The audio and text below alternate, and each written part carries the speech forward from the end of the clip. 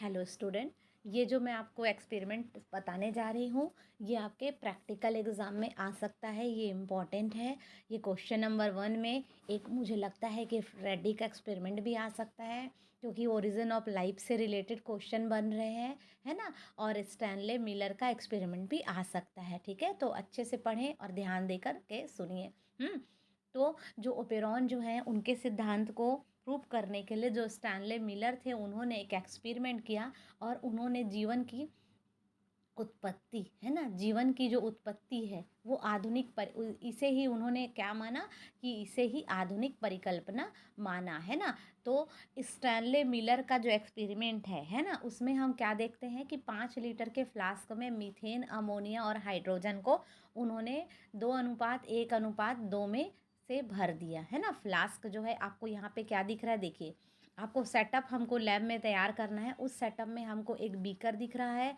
Beaker जो है उसमें पानी जो है वो उबल रहा है, बॉइलिंग वाटर है, ठीक है ना। और कुछ गैसेस हैं, है ना। गैसेस मतलब अमोनिया है, मीथेन है, H2 है ना, और H2O है, ठीक है। और लाइटनिंग की जो इलेक्ट्रिक स्पार्क का यहाँ यूज़ किया गया है। इलेक्ट्रोड के माध्यम से इलेक्ट्रिक स्पार्क जो है वो बनाया गया है और उसको ठंडा करने के लिए कंडेंसर भी लगा हुआ है ना।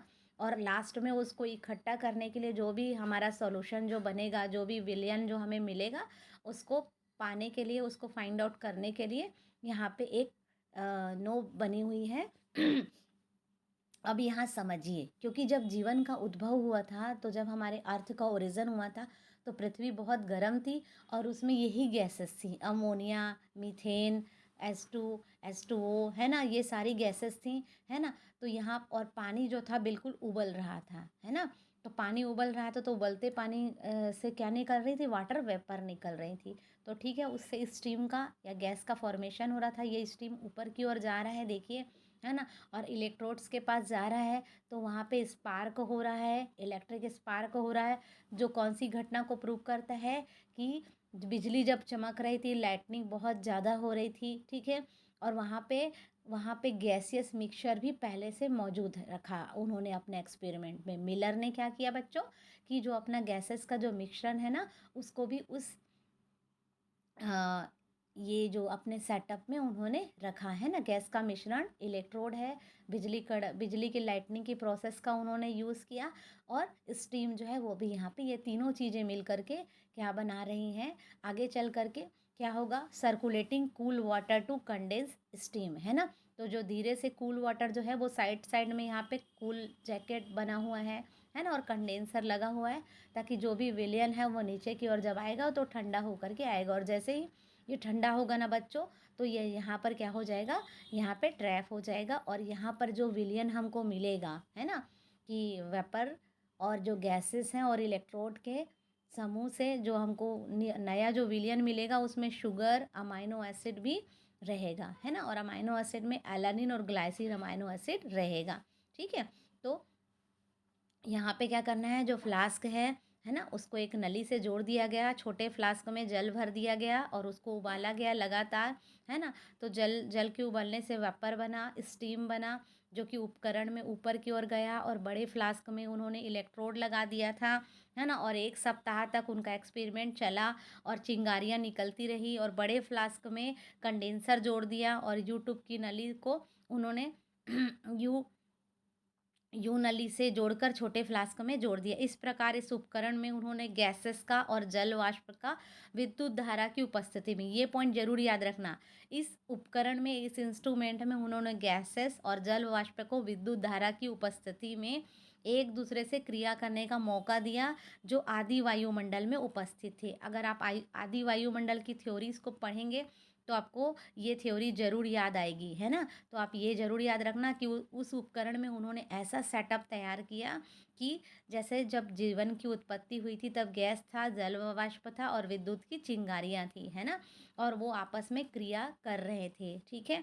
और आदि वायुमंडल जो था वो इस तरह से निर्मित हुआ था, है ना। और 1 हफ्ते तक उन्होंने अपने एक्सपेरिमेंट को इसी सेटअप में रखा, और 1 हफ्ते बाद जब मिलर ने अपने एक्सपेरिमेंट में देखा, तो उन्होंने क्या देखा बच्चों, कि जो गैस बड़े फ्लास्क में उत्पन्न हुई थी, है ना, वे कंडेंसर द्वारा ठंडी होकर के गहरे गहरे लाल रंग में परिवर्तित हो गया, मतलब डार्क रेड कलर में परिवर्तित हो गया और कंडेंसर के थ्रू ठंडा होकर के वो यू नली में भर गया, है ना। और इस एनालिसिस से ये ज्ञात होता है कि लाल द्रव्य रेड लिक्विड जो है उसमें क्या मिलेगा, ग्लाइसिन और एलानिन नामक सरल अमाइनो एसिड जो है वो मिलेगा। सरल अमाइनो एसिड जो है वो वसा अम्लों या अन्य कार्बनिक पदार्थों का मिश्रण था। ये पदार्थ विभिन्न प्रतिक्रियाओं से बने थे, है ना, और ना कि बैक्टीरिया के द्वारा, है ना। तो ये जो प्रयोग है ये ओपेरॉन के सिद्धांत को प्रूव करता है और ये सिद्ध करता है कि वायुमंडल में जो मौजूद मीथेन, अमोनिया, हाइड्रोजन आदि गैसों ने बादल से उत्पन्न हुई विद्युत धारा की उपस्थिति में प्रतिक्रिया कर अमीनो अम्ल, वसा अम्ल तथा कार्बनिक पदार्थों का निर्माण किया होगा, है ना। तो ये आप याद रखना, ये एक्सपेरिमेंट आप अगर इसका डायग्राम याद कर लोगे ना बच्चों तो आपको सब याद हो जाएगा, है ना। और आपको मीथेन, अमोनिया और हाइड्रोजन का रेशियो कितना लेना है, 2:1:2, है ना। मतलब अगर मान लो 100 ml है, 100 ml आपको लेना है ना, तो आपको क्या लेना होगा, 40 ml आप ले रहे हो मीथेन, है ना, 10 ml क्या ले रहे हो अमोनिया, और है ना 40 ml आप क्या ले रहे हो, सॉरी यहाँ पे 20 हो जाएगा, मतलब 40, 20 और 40 जो है इतना आप मेज़रमेंट आप लेंगे। ऐसा करके अपना 100% कंप्लीट होगा। या इतना अगर हम एक्सपेरिमेंट नहीं कर रहे तो बस आप इसका रेशियो ज़रूर याद रखें कि मीथेन, अमोनिया और हाइड्रोजन का 2:1:2 रेशियो से हमको लेना है।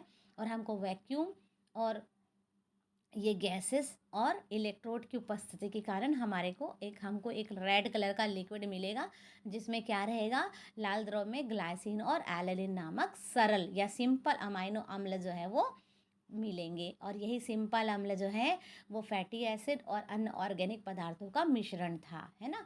और ये एकदम डायरेक्टली इस चीज़ को प्रूफ नहीं कर रहा था कि भाई इसमें कोई बैक्टीरिया जैसी चीज़ें हैं। तो ये स्टैनले मिलर का एक्सपेरिमेंट था जो उन्होंने ओपेरॉन के सिद्धांत को प्रूव करने के लिए उन्होंने माना, है ना। और ये जो प्रयोग था वो ओरिजिन ऑफ लाइफ का आधुनिक परिकल्पना माना जाता है, एकदम मॉडर्न हाइपोथेसिस मानते हैं। तो मिलर के एक्सपेरिमेंट को बहुत अच्छे से पढ़िएगा, है ना।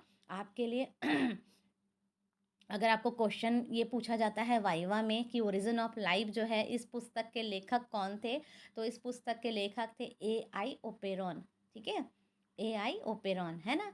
और जीवाणु, विषाणु और काई या कवक फंगस में, है ना, किसकी उत्पत्ति जो है सबसे पहले हुई थी, तो विषाणु जो थे सबसे पहले बने थे।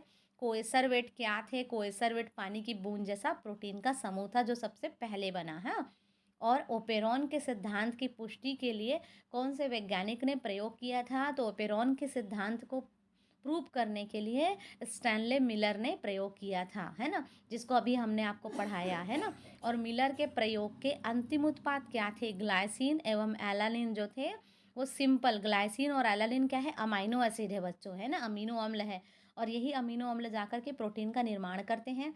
और कुछ सिंपल शुगर, फैटी एसिड और अन्य ऑर्गेनिक पदार्थ भी थे। अंतिम उत्पाद मतलब एंड प्रोडक्ट, ठीक है बच्चों। तो ये एक्सपेरिमेंट हो सकता है आपके क्वेश्चन नंबर 1 का एक ओरिजिन ऑफ लाइफ से अगर इम्पोर्टेंट क्वेश्चन बनता है तो वो स्टैनले मिलर का प्रयोग है जिसे हम आधुनिक परिकल्पना या मॉडर्न हाइपोथेसिस मानते हैं, स्टैनले मिलर का एक्सपेरिमेंट। ठीक है, आप अच्छे से पढ़िए, बहुत बढ़िया तरीके से नोट्स बनाइए, डायग्राम को समझिए, तभी आप चीज़ों को पढ़ पाएंगे। और अपने फ्रेंड्स के साथ में पढ़ो, नोट्स बनाओ, कैसे भी पढ़ो बच्चों, बस हमें पास होने के लिए पढ़ना ज़रूरी है, ठीक है।